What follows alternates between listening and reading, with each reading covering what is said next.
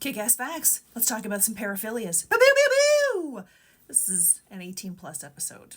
A paraphilia is an experience of recurring or intense arousal to atypical objects such as places, situations, fantasies, behaviors, or individuals. It has also been defined as an interest in anything other than a legally consenting human partner. Listen, I'm not shaming. As long as you're not hurting yourself, anyone else, or animals, you do you, boo. Chrematostophilia is taken from the Greek stem word chremastos, which means money giver or money trader.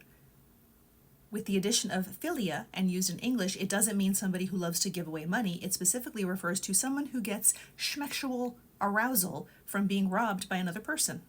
While kleptomania involves the uncontrollable urge to steal items, its sister word, kleptolagnia, is a paraphilic disorder in which people seek sexual arousal through stealing things, committing theft, or even breaking and entering into people's homes.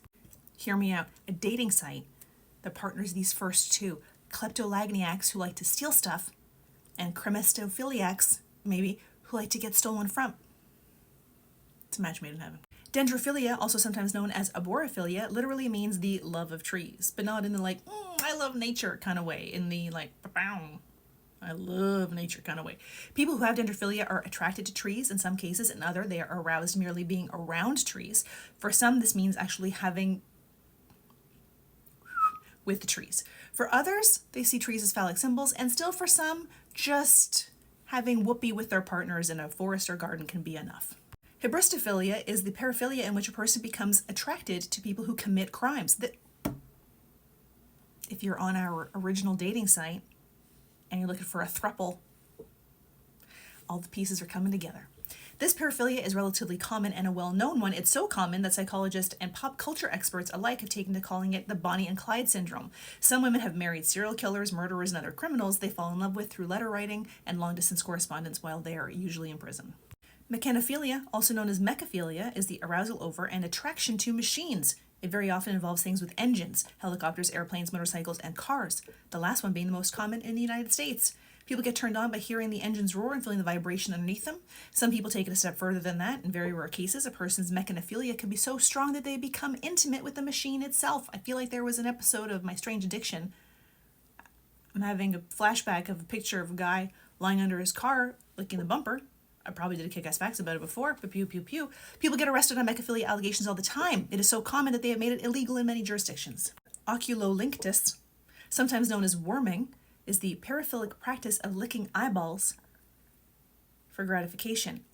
When licked, however, the eye can encounter major infections, including conjunctivitis, herpes, chlamydia, corneal ulcers, and even corneal abrasions. Plus, unseen bacteria on the tongue can actually create microscopic cuts on the eyes, which can then get infected and fester.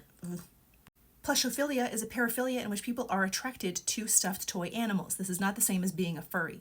Many plushophiles modify their stuffed toys by adding holes to them.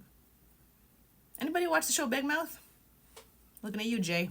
Finally for paraphilias, finally for this episode. Telephone scatologia is when a person uses profane or overly sexual language on an unwanted telephone call to a stranger, like a very, very dirty crank call. People doing it are getting off on using filthy and dehumanizing language when they call the unsuspecting and innocent receiver.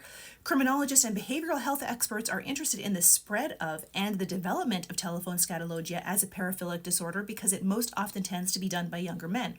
Sometimes they're as young as teenagers and other times in their early 20s. Either way, they are outsiders and outcast men who exhibit loner qualities and other concerning traits that make them more likely to commit violent acts as they get older. The hope is that if they can identify early on after committing a less harmful act of telephone scatologia, experts may be able to step in and intervene with healthy coping mechanisms and therapy. Again, not shaming, as long as you're not hurting anybody else, unlike this telephone scatologia, you do you.